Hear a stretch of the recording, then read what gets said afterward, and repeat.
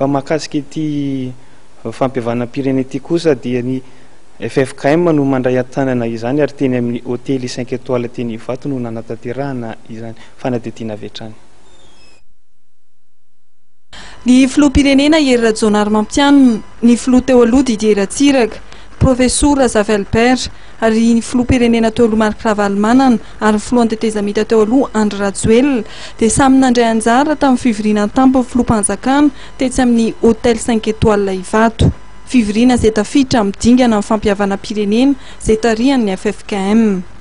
Mitarika ny fivoriana ny filoham-piangonana efatra, Monseigneur Samuel Ajoona Ranarivelo, filohan'ny fiangonana EEM no sady filohan'ny FFKM.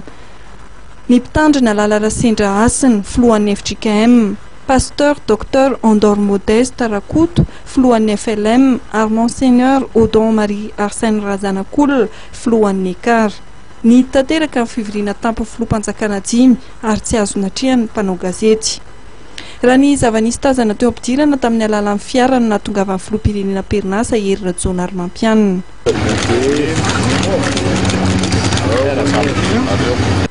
Ary ny filoha teo aloha telo, ny Amiral Didier Ratsiraka,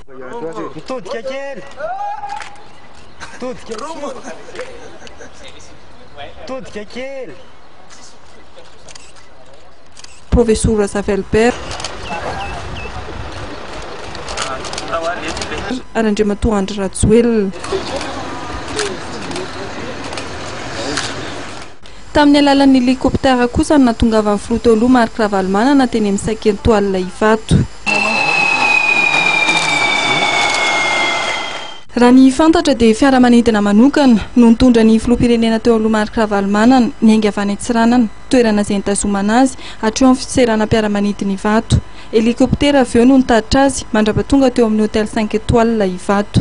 Andriamatoa Marc Ravalomanana no tonga farany teo amin'ny manodidina ny 10 maraina ary nanomboka teo ny fivoriana tampony filoham-panjakana 5 teo ambany fitarihan'ny FFKM.